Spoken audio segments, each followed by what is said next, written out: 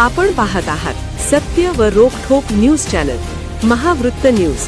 आवाज तुमचा, ताकद आमची. अखेर ठोकला आपणे इंडिया आघाडीला रामराम. महापालिका निवडणुकीत स्वतंत्र लढणार.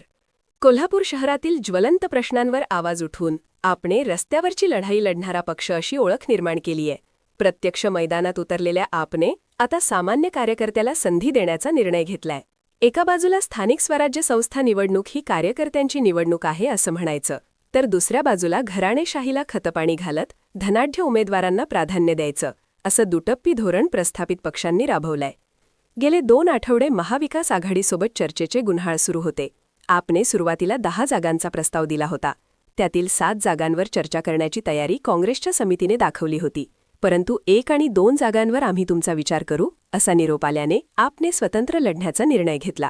कार्यकर्त्यांनी फक्त सतरंजा उचलायच्या का अशी भावना तीव्र असताना आपने मात्र कार्यकर्त्यांना संधी दिलीये. लोकसभा विधानसभेला आम्ही आघाडीचे काम प्रामाणिकपणे केले. महापालिका निवडणुकीमध्ये इंडिया आघाडी म्हणून लढूया असा प्रस्ताव खुद्द काँग्रेसने दिला होता.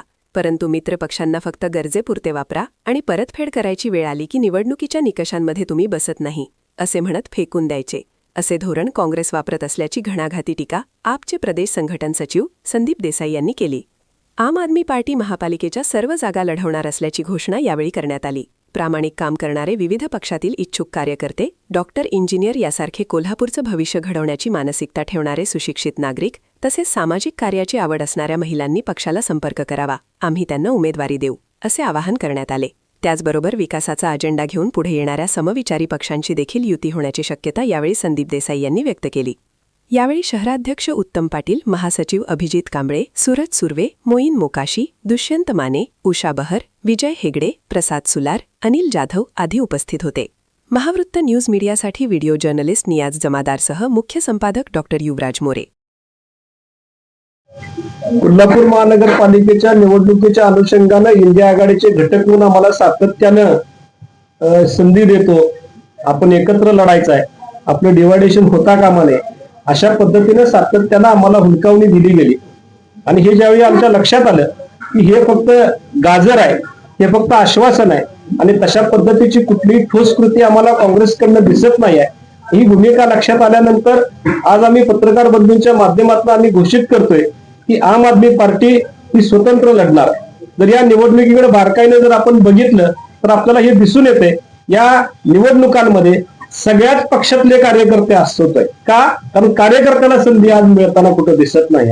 बोली लावायचा प्रकार चालू आहे, विभागणी करायचा प्रकार चालू आहे, फॉर्मेशन करायचा प्रकार चालू आहे आणि हे सगळं कुठेतरी त्या कार्यकर्त्याची अस्वस्थता जाणून आजपर्यंत ज्यानं सतरंजा उचलल्या, आजपर्यंत ज्यानं खुर्च्या उचलल्या, आजपर्यंत ज्यानं त्या एखाद्या पक्षासाठी राब 25-25 वर्ष राबलाय, त्याला कुठेतरी संधी द्यायची अशा माध्यमातून एक कार्यकर्ता पॅटर्न राबवण्याच्या उद्देशानं आम आदमी पार्टी या निवडणुकीमध्ये एकला चलोची घोषणा करते. आणि या घोषणेबरोबर काही समविचारी पक्ष असतील की ज्यांचं कोल्हापूरच्या विकासासाठी काही योगदान द्यायची शक्यता आहे, त्यांच्या अजेंड्यामध्ये कोल्हापूरच्या विकासाचा उल्लेख आहे, या कोल्हापूरच्या विकासासाठी एकत्र यायची क्षमता आहे, बंधुभावानं काम करायची क्षमता आहे, अशा सगळ्या समविचारी पक्षांचं, सामाजिक संघटनांचं आणि सर्वच पक्षातल्या कार्यकर्त्यांचं आज आम्ही आम आदमी पार्टीच्या निवडणुकांमध्ये स्वागत करतो.